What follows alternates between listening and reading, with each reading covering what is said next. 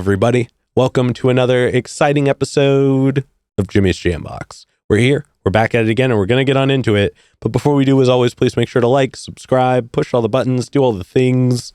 You know, I don't know where they are, but you do, and I trust you. And with that being said, here's a quick word from our sponsors. Organic herbs and botanicals, skincare and edibles, wellness for body and mind. The Brothers Apothecary. Fine teas and remedies. Ronald Records. From indie gems to classic hits, discover the heart of local music. With live shows all the time, up close and personal, and regular releases on their in-house label. Ronald Records. Supporting the community, one track at a time. All right, thank you all so much for watching again. Shout out The Brothers Apothecary, Ronald Records, and Portland Water. Thanks for keeping us hydrated. And with that being said, let's go ahead and get on into it. Here is today's guest. Hey, everybody, this is Big Spender. Hello. Thank you so much for joining us. Awesome to be here. Yeah, why don't you tell us a little bit about, who you are, where you're from, what you do. Give us that, Tinder profile of your involvement with music. Tinder profile. Okay, well, these locales could fare better on Tinder depending on the place being viewed. But I would say I am from Moscow, Idaho. I would trace my musical trajectory from there. Mm-hmm. That's where I grew up. I wasn't born there, but it's where I grew up. A lot of the people that I first played music with were from there. But the first place I really played music as an outfit, as a part of a band, is in Eugene, Oregon.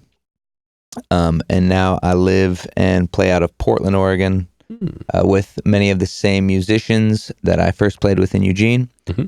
And there are actually a few Moscow people who have made their way here now. And so it's always fun to bump into them around town. But yeah, primarily play out of Portland. Mm-hmm. A lot of my early musical influences would be coming from my hometown because I happened to grow up in a robust music. I was going to say, yeah, it sounds like we were talking about it off camera. You have a very musical surrounding in your There's a staggering amount of people that I grew up with that I see now in my adult life. I'm like, wow, I actually do remember seeing them when they were, middle schoolers playing music. And they've gone on to play in a lot of prominent acts especially in the Northwest. So that's really cool. And I do like to emphasize the fact that where I come from is a small place in Idaho, possibly an overlooked place, because it's really significant to me to be able to connect some of my journeys in creative work to the upbringing that I had, surrounded by a lot of creative and respected creators. Very much so. It's also cool to know that a lot of them moved out to here, whether planned or unplanned. I find a lot of people from Alaska that do music are moving here now. There is, yeah. Well, there's only, there's famously one venue really that hosts live music in my hometown. Fair. So if you are trying to, and I actually have played very infrequently in my hometown just because of the way the schedule, not even the schedule, the way the history worked out is I wasn't really performing that much in my hometown. So I've performed a few times, but for the most part, most of the performances in my life have taken place in Eugene and Portland. Gotcha. But it's a small town, there's only so many venues. You grow out of it eventually, but I got a lot of love for it. My parents still live there, so I visit, and it's always nice going home. Oh yeah. And what got you into music initially? What was the starting moment for you? Both of my parents are musicians. Mm-hmm. My dad plays the drums, mom plays keyboards and sings. And I grew up definitely immersed in a musical household. Well, it's nice you already had a built-in drummer. Yeah. My dad has actually drummed on a couple of my shows. Mixed results. I don't know if he's tech savvy enough to listen to a podcast, so this might escape his listening. But everybody, add him in the comments. No, I'm kidding. Exactly. So I grew up surrounded by music. My parents played music, and then, like I said, the town that I grew up in, per capita, the amount of like talented people that I know from my hometown, it would be off the charts compared to like big cities, just because I think the community there did emphasize arts a lot. It wasn't just music, but that was my interest, so that's what I focused on. And there's a lot of people that I know from my hometown that started playing music then, and they haven't stopped, and I think it's, not that it's the kind of thing that everybody needs to do forever, but it's a pretty common thing for some people to start a project and then you fade out. But I think it's withstanding the test of time and having longevity, and we did talk about this before the official start to this podcast, but the longevity of something, and just sticking to it is an indicator of just how passionate people are about it. Yeah. So it's, like I said, it's really cool for a lot of the people that I performed with as a kid, they're still doing it today. Yeah. And I haven't been doing it as long as them, but I would say certainly the upbringing that I had, parents, friends, and then just the broader community. Yeah, I mean, you were pretty surrounded by music, so you kind of had a foot in the door right from the get. Yeah, it was always something that, like, it wasn't always something that I was like, oh, I'm going to do that. Yeah. But it was certainly, like, I was always listening to music, and then, like I mentioned, it's not that I was just listening to music, I was also listening to music created by people that I knew. Yeah. And it wasn't like any of the people that I knew were making, like, music on the radio. It was that they were playing at, like, middle school dances or whatever, and, our high school talent shows. But they were doing it. They were doing it, and they were writing original songs and stuff, and that was always a particularly fun element, because I've loved to write since I was a kid, and music, I think, just happens to be the medium that my writing takes place in most often. Yeah. What were some of the early instruments for you? Well, I had to take a music lesson for the entire time that I lived at home. So I actually started on violin, which me too. Yeah, challenging instrument. It is. You really you look at it and you're like, it's this big. It's only 4 strings. They're tiny. The bow can't be that hard. All of that is wrong. And talk about an instrument to start a kid on. It's I would say the learning curve to starting to sound good on the violin is a very long time.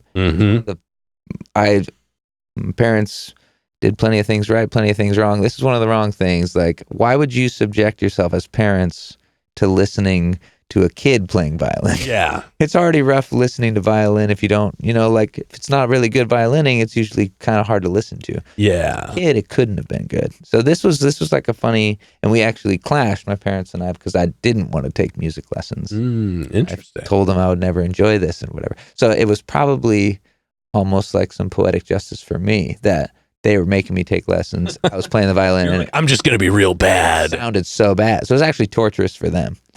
But anyway, in the long run, I didn't do violin the whole time. I took some drum lessons, took some guitar lessons. So primarily the musical path that it took is that I was playing instruments to accompany voice eventually. And so the instruments were just whatever, lent themselves to being accompaniment. So piano and guitar primarily. However, recently, my favorite instrument to play is the saxophone. Basically, my younger sister played it in middle school. I had never played a woodwind instrument. Like I said, I was not happily doing music when I was in high school. It was like compulsory. And my younger sister was doing saxophone. Anyway, fast forward, I never did high school band or anything. I never played a woodwind or brass instrument. But about a year and a half ago, I was visiting home and I remembered that she played it in middle school. I was like, hey, did that saxophone get thrown away? Do we still have it?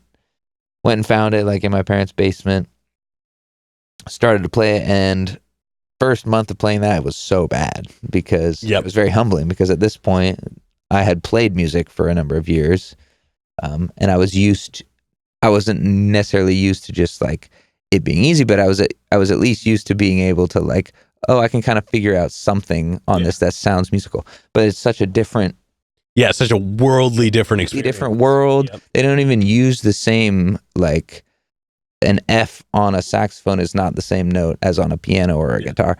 So I had to do a whole learning curve of that. And like I said, the first month was terrible sounding, couldn't even make a note. And then once I was past that initial one, it was still just really bad.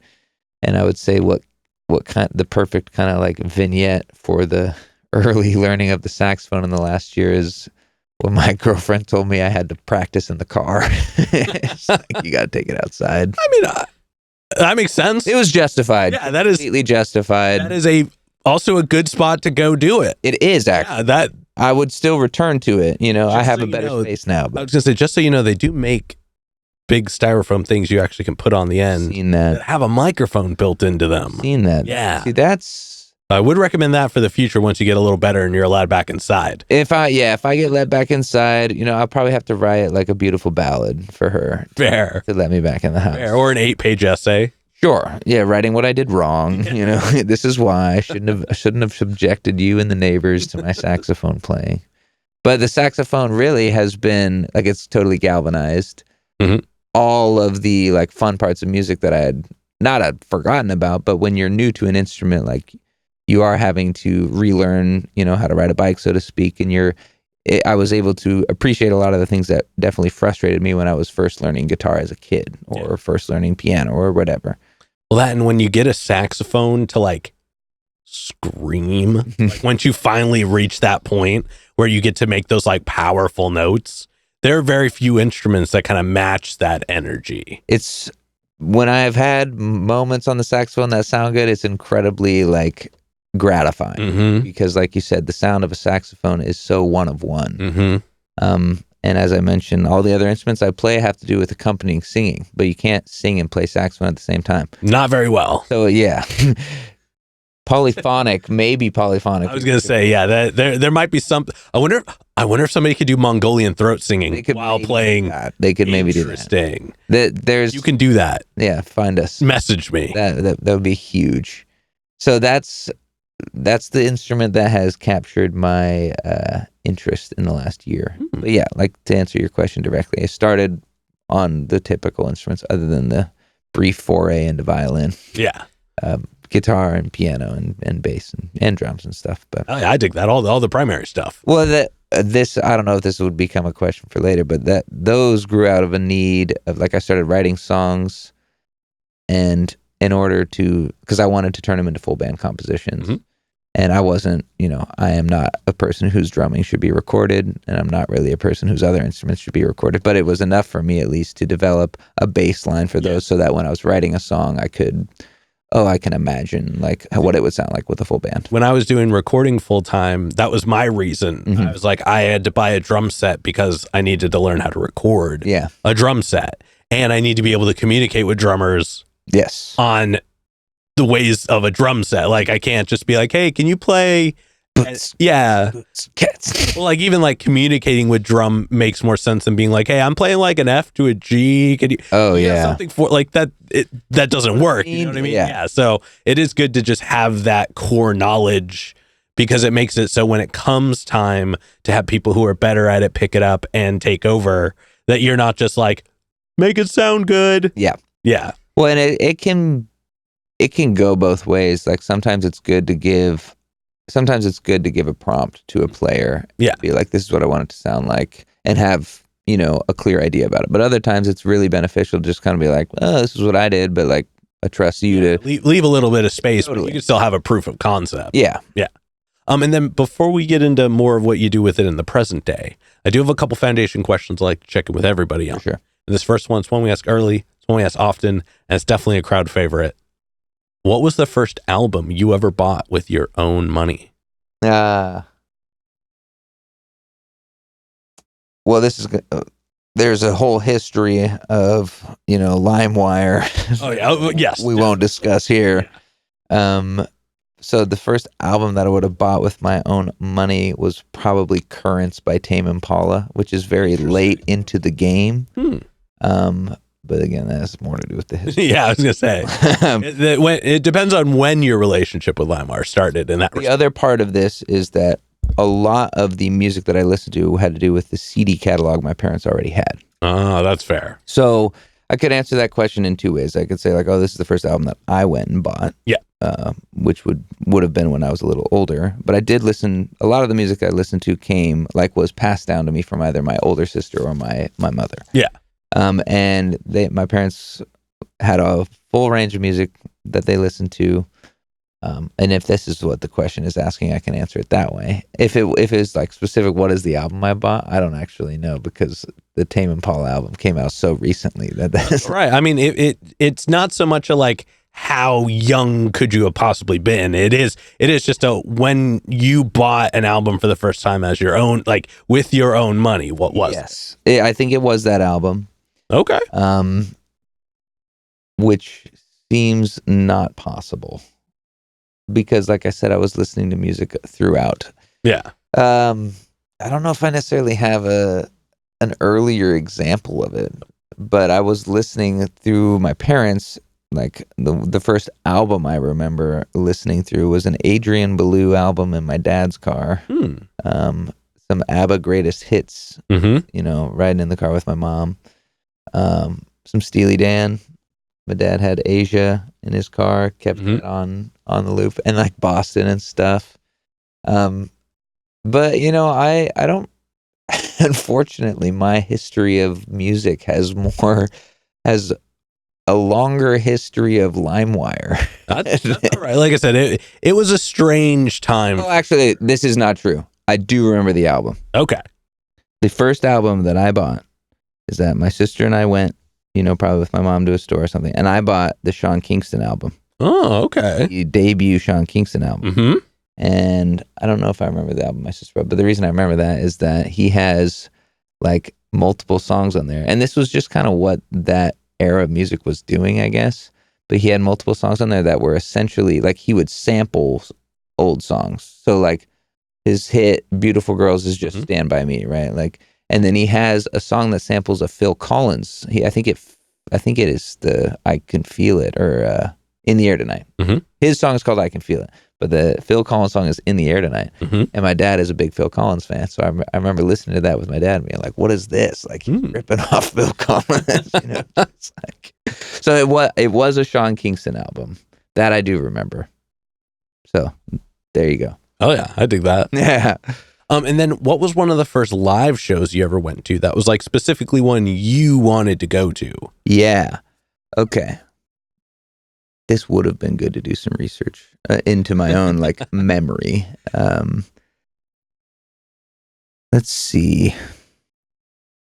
So the hometown that I grew up in doesn't have a ton of big acts come through there.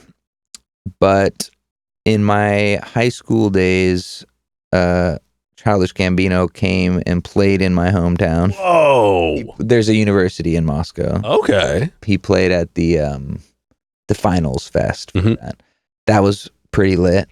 And that was in maybe like 2012. That's badass. It was a really cool show. And it was, I remember him like making a big deal out of doing college shows too. Like that was during that time where like the college circuits really started to open up, I think. I mean, I think that's pretty incredible. Obviously, like I was living there, but it's pretty incredible to be able for that small of a town to get an act that prominent. And at the time, he certainly was not like at the peak of his, popularity. But he had prominence, and it was definitely like mind blowing that he came to my hometown to play at the time. But it's even more mind blowing now because he is like a major, major artist. And then other than that, that was a pretty memorable like first show that I went to. And there's not a ton of bands that go through. I saw MGMT in Spokane. Okay. That was kind of cool. But MGMT famously, I'm sure you've heard of their whole thing is like they hated their like popularity. They wanted to do a very different thing than what they were ultimately sort of forced into doing is what it sounds like. So the show reflected a little bit of that. It wasn't a very like impassioned live show. Yeah. The Childish Gambino show was really, really lit. Those are probably. I mean, those are two powerful ones. Those are pretty fun shows, especially like I said, like just like it was unbelievable that he was performing in my hometown. Oh, Afro Man also performed. Afro Man loves the Pacific Northwest. He performed. He didn't know this. I didn't know. Well, I knew he performed in Pullman, Washington, which is really close to Moscow. He performed at Brick House. Okay, cool. Like in downtown Vancouver, where I do my showcases. See, I think like things like that are really funny. It's just like it'll never not be amusing to me. No. That, like an artist that I knew a song of came and played the town. And it was like, I knew who you were before you came here, but you're like a major artist in this small ass town, which is like love to them for doing that. Yeah. That's so cool. Like I understand why you don't want to play small towns as a major artist, but sometimes it's good to do. Sometimes it's good to do when you're on tour, just to like have a break. Yeah. You know what I mean? Like sometimes it's like you could drive 4 days straight, or you could drive 2 days, play a show in the middle, stay at a hotel, relax for a day, and then pick it up. Exactly. 4 days. Like sometimes it's just nice to put that in there, but also there is definitely some benefit to maybe not playing the same small town every single tour that you do, but like catching spots in those places where like normally it doesn't, but still like bridges a gap. It can go a long way. And I imagine it's a little more memorable to play in like some, otherwise forgettable place. It's certainly more memorable to the people who are coming to that show. Exactly. I could answer that question a different way, which would be like the first concert that I ever remember going and wanting to go to for my own reasons. So I have an older sister. She is really one of the main influences on my music taste for sure, and is one of the first people I ever collaborated with. Like we wrote some songs when we were kids, but she would have been in high school and I would have been probably in middle school. But she had like a dance and a band that she, sang a little bit with them. She wasn't necessarily a member of the band. I don't actually remember fully. The details are hazy. Yeah. But I found a way to get into this dance so that I could watch that band play. Oh, cool. And it was two of the musicians. Their names are Nevada Soul and Cooper Trail, and they played for a while with Bart Budwig. If you're familiar with Bart, and then Maita is a Portland band that they both used to be a part of. And then another friend from my hometown named Ben Morris, who now plays out of Bozeman in a band called Desperate Electric. But they were all in this band performing at a high school dance or something like that. And I found a way to get in because I wanted to see him play. So that is an early concert that I remember wanting to go to for my own reasons. And I think my sister must have gotten me in somehow. Oh, yeah, I think that's rad. That was very cool of her. Yeah. I can't imagine it was fun to have your middle school brother. No, I mean, I think it depends. I think she understood the situation. You know what I mean? Probably escorted out as soon as the music stopped. She was like, all right, you got to go now. Yeah, it's over. And then before we officially get into the now, do you have a defining moment where you decided you wanted to take music more seriously? So, like I said, I grew up surrounded by a lot of friends who were writing music. And like I did write a song as like a little kid. Like my parents have this little like album that we made of like songs that we were singing as like little kids or whatever.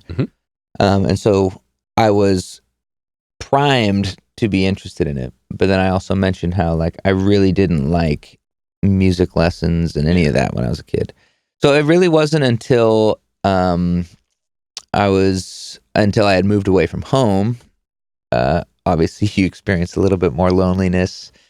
And I wrote something that it was the first time that I had written something that was like, oh, I actually liked that. It wasn't the kind of thing. And sometimes like you can be too critical of your own work, right? Yeah.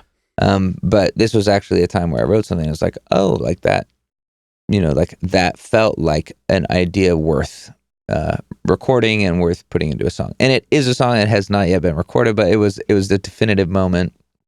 It was about 10 years or so ago that like I had written something and I was like, that's actually interesting. And then I think what fully cemented that is that in the next like 2 years, I actually got into making demos of things and not just like, oh, this is what I play on a guitar. And and then, made like a couple of songs, like produced them in my little bedroom and like put some songs on SoundCloud, and they were well received from friends. And then I think the first moment that made it like feel very real is like when a random person is like just like sent a video or something of them singing the song. I was like, I have never met this person. Yep. You know, so that was you know, like 10 years ago or so, something like that, when it was like, okay, like it's fulfilling for my own purposes. Like I enjoy doing it, and it seems that it's being received well. Not that it always goes that way, but like I said, I was doing stuff for a while before that, but it wasn't until like I wrote something that firstly I was like, okay, I actually like that, and I think that song makes sense. And then the next step of that was like publishing it, and then being like, it was validating to have other people listen to it and be like, oh, I liked it. So that was probably 10 years ago or so. Oh yeah, I dig that. Well, thank you for sharing that. Yeah. Now let's go ahead and let's get on into the present day. Great. We are going to get a super easy one out of the way first. How'd you pick the name? So I'm on my third rebrand. Mm-hmm. And for the last 5 or so years, I've been publishing music under Golden Boy. Mm. And that name was initially chosen because I wanted something that like does create an expectation when you read it. Mm-hmm. Because I like to at least explore, you know, all the possible facets of a thing for some kind of like artistic elaboration within the project. So that's in the name of a song, or the name of the album, or the artwork, or whatever. So naming it something like that, because it's a little bit provocative, it established kind of, at least people have some kind of, they already thinking of what it means before, which can be good and it can be bad in some ways. And the ultimate reason why I changed that is that I think it didn't come across as satirical as I meant it. You know? People didn't understand that it was more of a parody.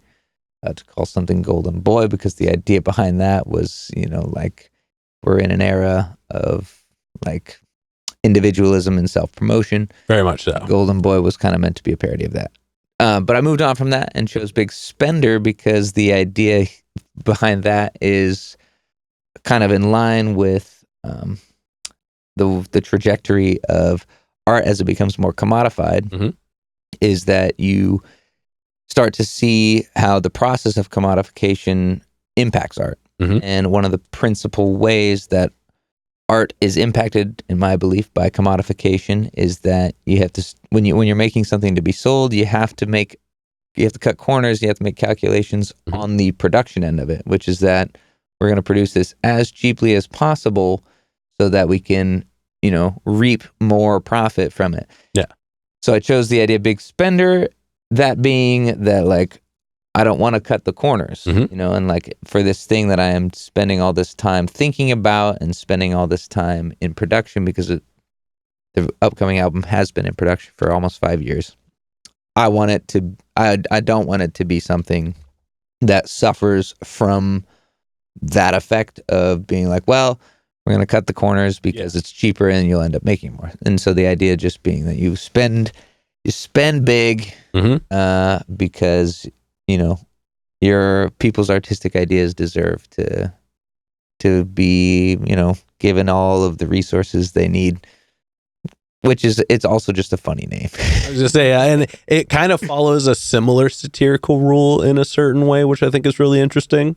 But also, it's just a cool name. I mean, it's easy to spell. It's easy to remember. It looks good as like a typed out thing. Like it kind of checks all the boxes that naming things is so hard. It is. It's really hard to name. Really difficult. Because every single name you come up with, you could be like, I hate it for this reason. See, I'm a firm believer that you have to have 10 bad ideas before you have a good one, but you have to have 99 bad names before you come up with a good one. Without a doubt. And that's why, like, this is the third thing that I've published music under. What was the first one? The first one is Melgarth, and that is... Oof. See, that's... Yep. That name literally was just like a username that I made for like a social media account, like a Snapchat when I was in high school or something. And then I just decided to use it. But naming stuff is like such a... I don't know why it's so hard. I think it's hard because it does represent kind of like putting a thing into a box. Yeah. Well, that, and it's just like, it's the name, it has to carry itself into the room before everything else does. Well, and and along with the thinking of like spend big on it because you care about it, and, you know, put the resources into it that represent how much you care about it versus, cutting the corners in the production. Totally lost the train of thought. You're all good. I think we've covered the primary part of this. Pretty much. And actually, I do want to move into this next part. I think it's going to be fun. We're going to go ahead and we're going to talk about your writing process. Oh, fuck. And we're going to break it up into chunks, but we're going to start right at the beginning. Sure. So when you get inspired, you're ready to make music now, what do you do to get a track started? So I believe the most advantageous, advancement in songwriting technology in the last 100 years is just like a tape recorder or like a voice memo or anything like that. Because like creative, like impetus is not predictable and at times derives out of you literally like seeing something or someone saying a phrase and you're like, oh, I think of this as that. Or it's kind of through accumulation of like things that have been ruminating, and then you finally figure out like the articulation of that thing.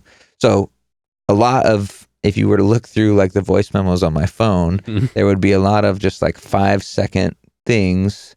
Sometimes it's a rhythmic thing like tapping something. Sometimes it's like a thing that I play on an instrument, or sometimes it's just like a random melody or something. So a lot of things originate in that way. I also like to just like start by just making an instrumental and just kind of like seeing if anything sticks. But I would say generally the process for me is a very long rumination period. So like there's an initial, like it starts as just like a thing you record on a voice memo, and then it could sit in the back of your head or on your phone for like a number of months or years.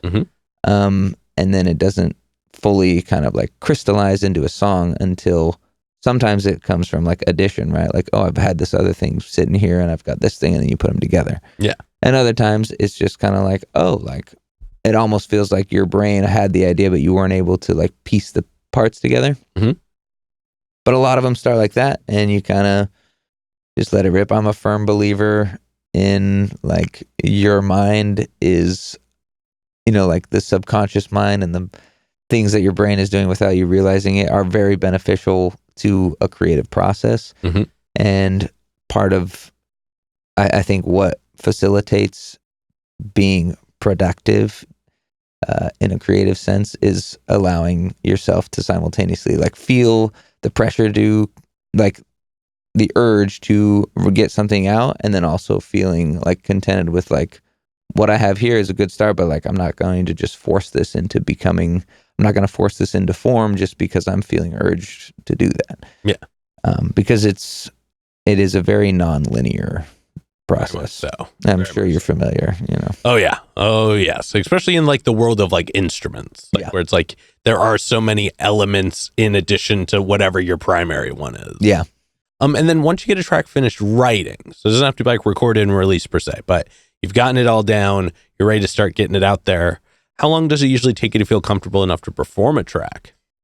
Okay, this is topical because before the interview, we were talking just about like how important performance is. I have not always done this in the process of recording a song, but I very much believe that like you should try and perform the songs before you fully record them.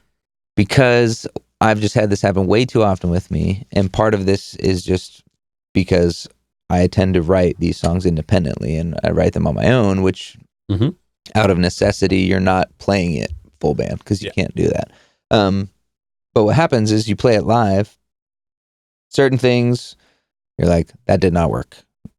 It sounded fine when I made the little demo, but it doesn't work when you play it live. Yeah. And there's obviously a demo tends to be pretty like non-dynamic. And so in a live performance, you have dynamics and you have things that you have to consider. So I now very much moving forward, like I haven't always done this, but I want to write a song, have the arrangement made and then bring it to a band, play the song consistently or enough that the performance of it and the live version can have like a back and forth so that it's not going in one direction, which is usually like you play the recorded version the same way, because it's not always like, it's not even better to do it that way, I think. Yeah. So to answer the question succinctly, I would say that generally I have done the opposite of what I am saying now, which is that usually a song has been in writing form before it's performed anywhere from a year to like a number of years. Gotcha. But that varies. Like sometimes there are things that for instance, I recently released a song titled Big Spender that I played on the saxophone, and I chose to release it just because I was feeling hasty about it, because I recorded it and I was like, I like it. I could think of a million things I want to do to change it, or I could just kind of get it out there. Just say like, that's the version. And that doesn't necessarily, prevent the possibility that I change it and do another version later. But it was gratifying to write it and to feel contented with it and just be like, call it good. Yeah. And then we actually did perform it like right away. So comes and goes. Sometimes like I'm a little more precious with like a process. But yeah, I would say it takes between a song getting written and like having it ready to go is usually around a year or two, like two. Okay. Well, hey, nothing wrong with that. I do wish people kind of would sit on their music a little longer before they'd put it out sometimes. Or like you said, play it live before they're just like going out with it or like getting it recorded. I just think live performance is like, and we spoke about this earlier, that is how music is kind of like originally done. And recorded versions kind of are a very different thing.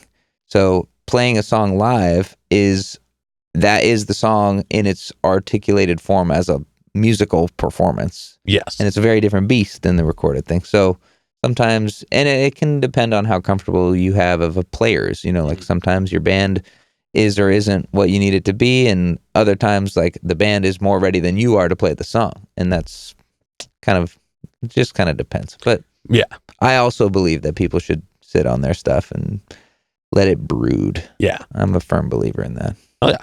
And actually that segues well. Let's go ahead and we're going to talk about some of your music. Great. So I jumped on ye old Spotify. Ye old. And I went straight through the link of Love Machine. Cool. Because, that just took me straight there. And I got to tell you, right from that track, I was pretty hooked. Cool. I really do like your sound. It especially like there was that moment where when you hit that first King Without a Crown, that just, that high note just hits different. But it's cool. Your sound has got a lot of dynamics. It's got a lot of soul. It's got a lot of groove, and it feels very full. That's like the biggest thing that stands out to me. And it's both like sonically and contextually. I feel like there's a lot going into it as well as what's coming out of it. Mm-hmm. And before I always talk about the most recent thing that's come out, but I want to ask you about a different track first. Do it. Because I was checking out your 2020 album, Golden Boy. And there was a track on there that I thought was really cool. And apparently the rest of the world does not agree with me, but I Need a Hand. Okay. Yeah. Such an interesting track. Funny. Is there anything I have some other stuff you can check out. I mean, it's the same songs, but I mentioned that I performed under Melgarth before I performed under Golden Boy, which is now going to be Big Spender. The I Need a Hand song, Seasonal Girl, What's Hot Water for a Frozen Heart, and Arrow Fondness were originally an EP that I released under Melgarth. Interesting. And that song does contain one of my favorite like parts that I've written. I kind of gave a brief explanation for how sometimes you have a part that you've written and you have another thing, you just plug them together. Mm-hmm. That song is an example of that. There's a bridge section in that song that starts like with the phrase "and blur the lines with banter." Mm-hmm. That is a section that was written completely independently from the song. But it ended up being, this is why I am like almost like a spiritual believer in like the subconscious, is that the content of those two parts ended up being, at least in some ways, like confluous, that they made sense together. Mm-hmm. Despite the fact that they were not at all written together. Yeah. But yeah, that song is notoriously difficult to perform live because there's a very high note. Yes. in that song, which, can hit it in a studio, can hit it if you give me a few takes. Yeah. that song is not in rotation anymore. Mm. There was also a point in time where it was included in live sets out of a need to have a more rhythmically like dynamic set, because if you interrogate that album especially, a lot of the songs are within, the same 15 BPM range, and that song just happened to be one of the faster ones. But I appreciate hearing that. It's a cool track, man. I really like it. It has, like, I think sonically some of the more out there sounds. Yes, I will say that. It was a little more on the abstract side. And I think when a lot of people first listened to my music, there was a time where people called it folk music, which I would have described my music as folk, but I can understand where that came from, because there are elements of that in some of the songs, and depending on what song you listen to, I understand where you get that. But then that kind of song would just simply never fall into that category. Very much so. Yeah, and I could definitely I could feel it kind of living in that realm a little bit, just because there is some primary instrument sounds, but I would be in the same boat as you. I don't know if I would put it right into that box. And your most recent track, kind of circling back to it, Big Spender, that one's fun. It's really funky. It's really funky. The sax is really interesting in it. And it's cool knowing that you haven't been like playing it super long, because I thought it was really interesting how it's very like slinky. It's not the most forefront thing. It's not trying to command every instance, but it's there. It's kind of like, the scene in Scooby-Doo when they're running through all the doors. My favorite scene. It's like that, but if it was at a walking, if that makes sense. I love the Scooby-Doo metaphor, because the recurring, like, I guess it's not even a bit, because I mean, they do it in every episode, but I just love the shot between. Yeah. I don't know if that's necessarily the image I had in mind, but I will try to implement that if I ever make a music video. Oh, okay. The song is the only song that I've ever published that I have fully produced. Interesting. Every other song that has been published under any of those previous monikers has always been with the help of like a professional producer. Yeah. And I'm currently working with Justin, who is producing also for bands like Phone Boy. Yeah. What's Justin's last name? Kiat Bang Charuan. Okay. And he produces. Justin I was thinking of, but there's a number of Justin producers which I actually have learned. There are, yes. But he is producing the current album, and he's produced like Love Machine and some of the other songs. But that song is the only song that I have produced fully, and it's not even. I was not precious with that song. Like I mentioned, I'm very precious with other things. I tend to just like take way too long in getting it published. But that song individually, like I was the one who produced it, and then I was just like, I'm happy with it. Like, let's just do it. And it's definitely not like a polished song like some of the other ones. Like, no, it definitely had a little bit more character to it. Yeah, in that realm for sure. But that's still super cool track. That is also like, that was a spur of the moment. Like, I've been playing saxophone for a year or whatever, and I played that song. That song actually began as a vocal melody. Oh, the main melody in that song was a line that I had a whole lyric written to, but then when I played it on the saxophone, I was like, this is way more fun. Like, don't need to write lyrics to this. Just call it good with. Hey, if it works, it worked. Yeah, that's how it came out. Yeah. I am curious to know now, out of all the music you have available, what are some of your favorite tracks to perform? So there's a couple of songs, and we've now talked about this kind of in circles, but like, it is hard for me to ever feel contented with certain, I guess, just like, it's hard for me to feel contented with a recorded version, because it is hard to capture, the live performance of a song. But some of my favorite songs to perform live, the song Seasonal Girl is on the old album. We do a different arrangement for the song The Elephant in the Room, and I think it's a fun arrangement. And then I love playing songs on the saxophone, so I have some new songs that I almost like forced the saxophone into. Oh no. Well, just because I had already written the songs, but then I started playing saxophone well into the process of recording them, and seemingly retconned, like, oh, this part makes sense for a saxophone now. So there's I'm sure it can fit. Yeah, totally. So the songs that include the saxophone tend to be ones that I'm always excited to play. Gotcha. Just because it's like practicing the saxophone's one thing, but playing it live is very Yeah. Not having to be in your car to do it. Goes a long way. We're not in my car anymore. Yeah, and from the catalog that's on there, there's quite a few songs that haven't been published, but yeah, those 3 songs, we don't perform a ton from that album anymore. That's fair. But we did play Big Spender at our last show. Oh, hell yeah. That was a lot of fun. Hell yeah. Now I want to take a moment. I want to zoom out. I want to look at kind of more music as a whole. Mm-hmm. What are you listening to right now? What are you taking in? So I had a big summer with Sade. Okay. Because of the saxophone. Mm-hmm. Smooth Operator is one of, I know it's not her biggest song. Like, I know it's not like, there are better songs out there, but that song happened for me at a very specific time. Right. That hands down shaped the trajectory of music for me. So similarly, I was playing the saxophone, trying to listen to songs that have saxophone in it. Because part of the difficulty being a complete novice on an instrument like the saxophone is not only learning how to play it and sounding good, but also understanding what accompanying on a saxophone sounds like. Because what I do to practice the saxophone is usually just like listen to a song and play along to the main melody, which, yeah, sometimes the saxophone does that. But accompaniment on a saxophone and woodwind instruments is not, I guess, super intuitive to someone like me who does not play those instruments. And my primary instrumentation is usually like a rhythm guitar or like pads on a piano. So I was just listening. I would just literally like look up a music playlist that has saxophone, featured on it.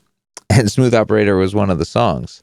And I was like, oh my God, like this song's so good. It's such a good song. And then I listened obviously to a bunch of the Sade catalog. Some of the other songs that you might be familiar with are like Kiss of Life is a good one. Sweetest Taboo. They're all very tasteful. But that song specifically, when I had like showed my mom, she's like, oh, like I listened to this all the time when you were a kid. And I was like, oh, so like there was a familiarity to it when I listened to it that I wouldn't have been able to describe. And now it's like, oh, you did listen to this as a kid. Obviously, I'm not actually remembering it because I was too young. Yeah. But see, I remember it on the radio. Like I remember hearing it all the time. Yeah. And it was definitely one of the first songs that I like would just catch myself singing. Yes. Both when it was on and when it wasn't. It's such a catchy song. I'll confess that we have performed it live, probably brutalized. Damn, I'm jealous. That is one that I wanted when I was in my last band, Smooth Talk. We would only do one cover for like a season. Yeah. And we did Kiss from a Rose. Yeah. Which phenomenal when you had Talkbox in. Also a great song. Phenomenal with Talkbox. Big fan. But that was the one that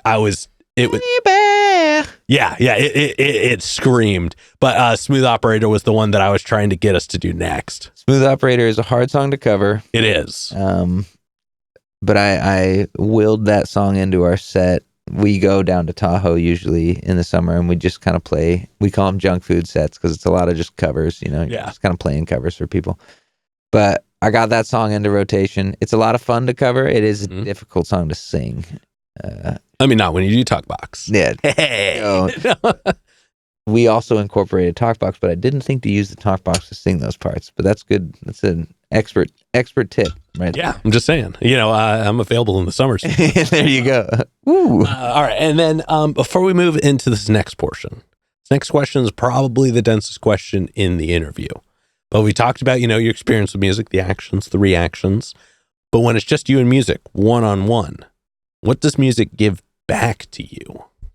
I, for whatever reason, have found music to be like it's like the simplest form of like creative output that I can set myself towards that doesn't become frustrating, right? Like there are other things that I might like scheme about doing. Yeah, like going to the gym. Sure. Planning an event, having some like harebrained like game idea or whatever. I like to make up a bunch of stuff, but those are things that are not as like I don't have as the same ease with materializing those like visions or ideas of what I want it to be as I do when it comes to music, versus like when I have an idea on music, I usually am able to go sit down and articulate it. So it's a form of interface with like it's a way of like, oh, I do exist, like because I can make this sound and I can record it and be like, oh, that was me who played it. But it's an ease of like taking something in here and putting it out. And I think that what music gives is like, it's a fulfillment in just being able to be like, oh, I got it out, because I think what can dilute some of the fun of creation is when you start creating expectations like, oh, I need to reach this physical milestone, or like if my thing is not delivering these results, then I'm going to be frustrated by it. And I think what I get out of music is that when I have an idea or something, and I'm sure you've experienced this, like when you get locked in on something and you're almost like obsessive about making it happen, but then you're also able to do it and you do it, it's incredibly gratifying. So that's what music gives to me, so to speak, is that it's like, oh, I can work hard at something, you can devote a lot of time to it, put effort into it, and, usually have satisfaction with the result. Oh, yeah, I love that. Well, thank you so much for sharing that. Of course. Now we're going to move on to some hypothetical questions. Perfect. Yes, and for these, sky's the limits. The questions are all made up, so the answers are allowed to be as well. But this first one is pretty straightforward. If you could work with any one person, the only requirement is they have to be alive. Okay. Who would you want to work with, and how would you want to work with them? We'll just miss the window for Quincy Jones. Yes. How would I want to work with them? It's like a funny question because there are artists that I would be like, oh, these are like the artist The Shins, for example. I think if there is a artist that I would compare kind of the sounds in the songs that I write, it would be to those songs. Because I think it's a similar sound, and I really like James Mercer's songwriting. But at the same time, it's like, well, do you want to create something with something so similar versus like, would I rather, work with someone like Sade, because it's like, that's very different. Yeah.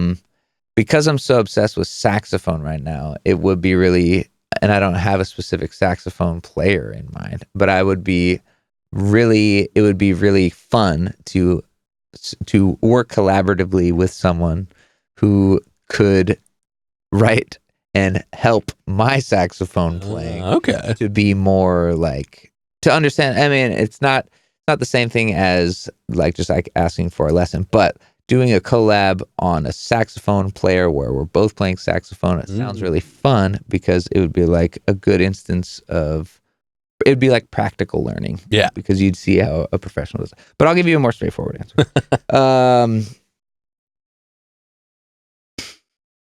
I mean, that counts as a valid answer. I would support that one. Well, I should be able to just be like, oh, this is something I've always wanted to. I guess I don't tend to think in that way. I do a lot of collaborative writing with my friends and stuff, but it's usually not as high of like stakes, right? It's usually just kind of for fun.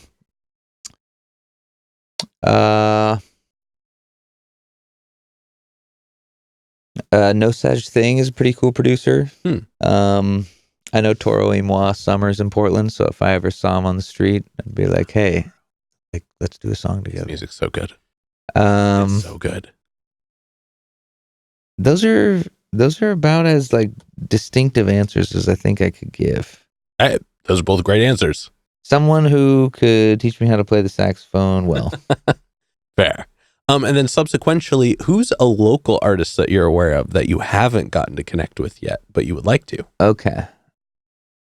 I played a show with Camille Tredu. Oh, shout out Camille. Yeah, she's great. To the show. She's great. Be really fun to collaborate with her. Beautiful voice. Very much awesome so. Songwriting. And has hosted one episode of Jimmy's Jambox. As well as done multiple live performances and had her own episode. I'm not discrediting those parts. And I can't have worked with him already. That is typically the setup. Yeah. Noted. Well, Julia Logue is a good friend of mine. Mhm. We've never collaborated on a song, but it'd be obviously a ton of fun to work with her. But I know her, and we work with the same producer, so is that I mean, if you haven't made music together, it still counts. cool? There's a lot of fun music going on in Portland. Very much so. And I would say that because I had basically the circle of music that I was with in Eugene kind of transported up to Portland, Yeah. that it's like I've followed in the same group, right? So I've been with the same kind of players. But yeah, those are a couple I think that I would love to work with. Oh yeah. Well, everybody, you know what to do. Put them in the comments. Let's see if we can make that happen. And then for this next one, like I said before, sky's the limit, and it's pretty literal in this sense. But if you could perform anywhere in the world, and you wouldn't have to worry about crowd access or building stability or power, it was guaranteed the best lineup, guaranteed the best show. And it doesn't have to be a venue. It could be anywhere. Mm-hmm. Where would you want to perform? I'll give two answers. Mhm. One of them is a venue because the Gorge is just like such an awesome place. Oh yeah.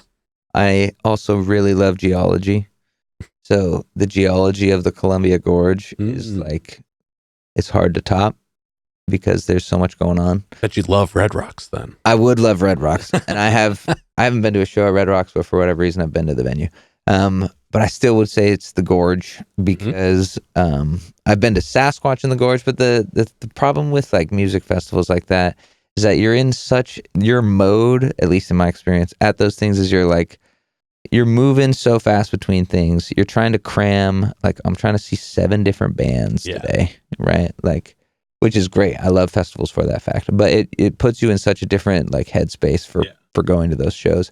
And I saw David Byrne's set at Sasquatch in the Gorge, and he is certainly eccentric. But the landscape, in addition to his performance, was just like, this is amazing. So I think the Gorge as like it would be cool because it's also, I grew up in this area and stuff. You know, it's not super close to Idaho, but same plateau of Columbia. And if I could perform in any place, so that's just like anywhere in the world kind of thing. Yeah. Let's just do a show in my car. Let's Okay. get everybody in there. Oh, where the saxophone sounds the best. Where the saxophone sounds the absolute best. That's where you can really let go. So they all understand like what you've been hearing the whole time. Exactly. Yeah. It would be the most like accurate representation. True. It'd be a very intimate show. It would be a very It'd intimate. be like 3 people max. I don't even need to be in the driver's seat. True. In fact, the wheel would probably like impede your flow. Yeah. definitely impede the playing. Okay. So yeah, that'd be kind of fun. Well, flyers are coming out soon, y'all.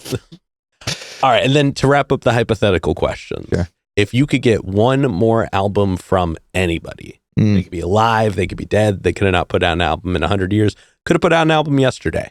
Yeah. Who would you want an album from? Give me a sec.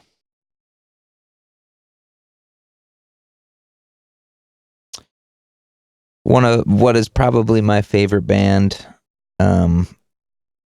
who they actually died on tour in the United States about 3 or 4 years ago. Maybe it's 4 years ago.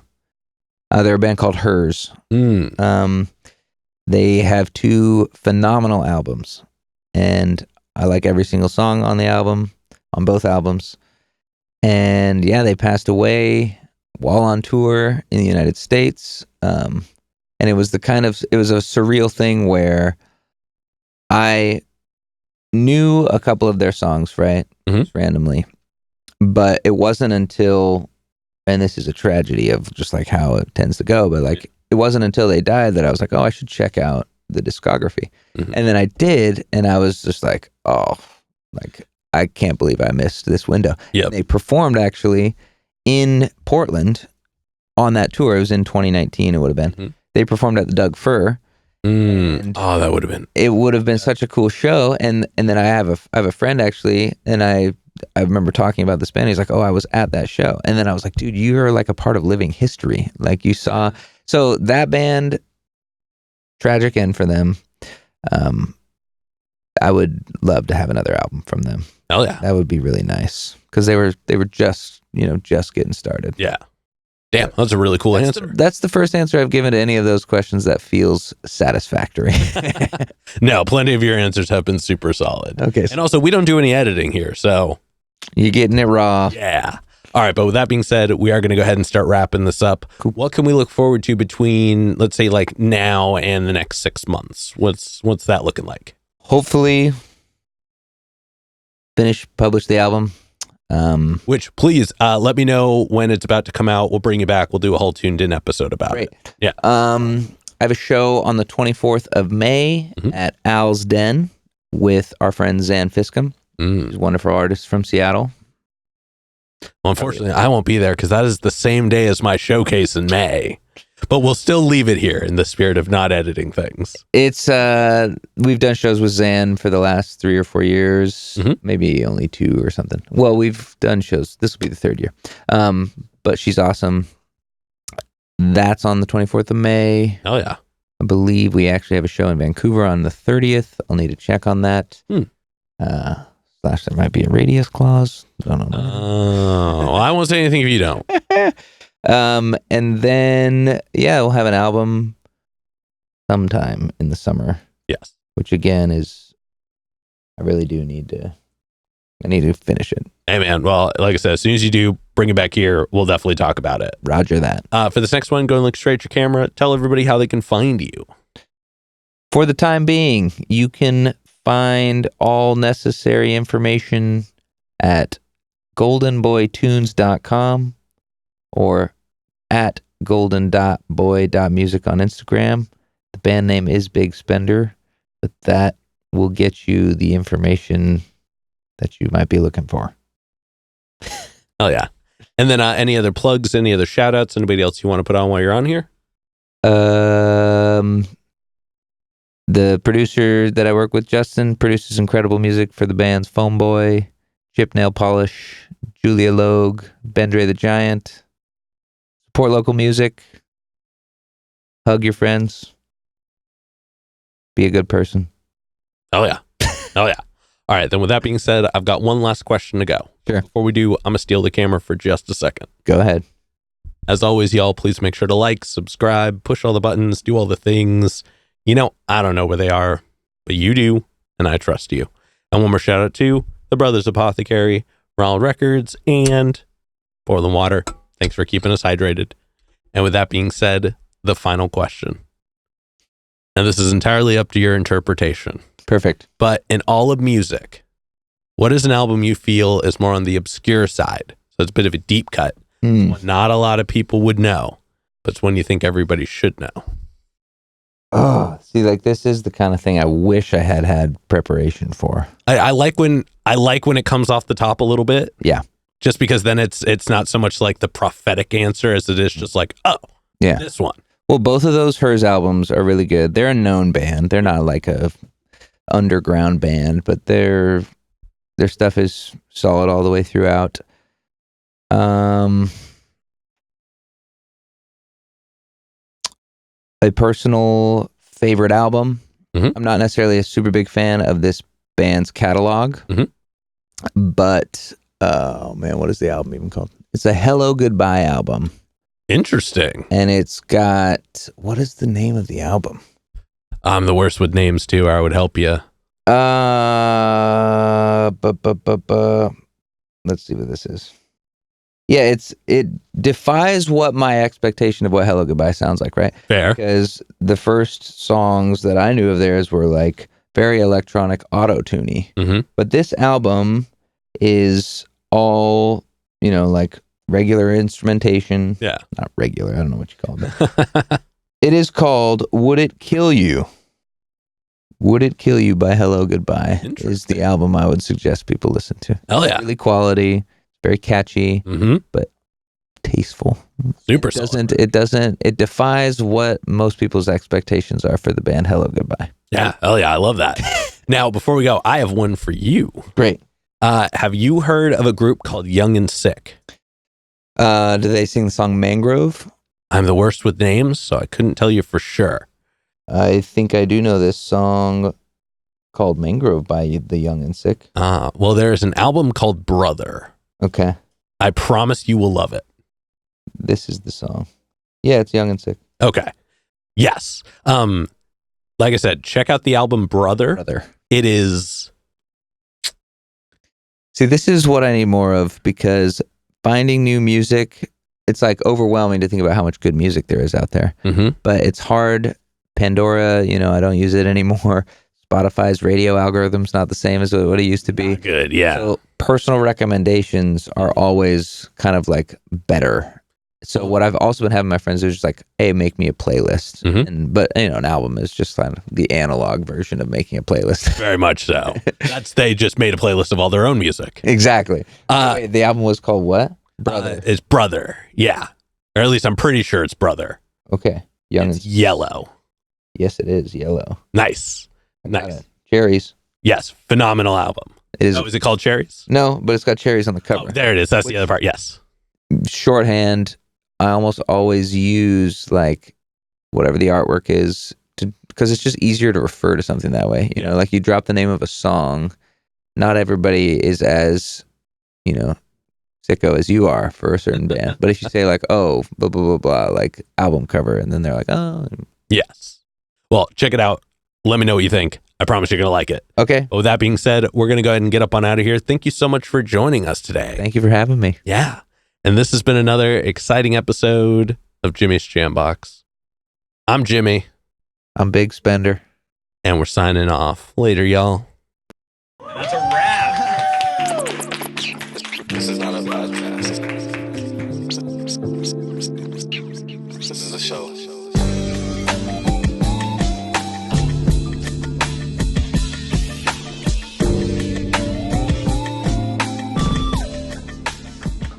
Keep jamming.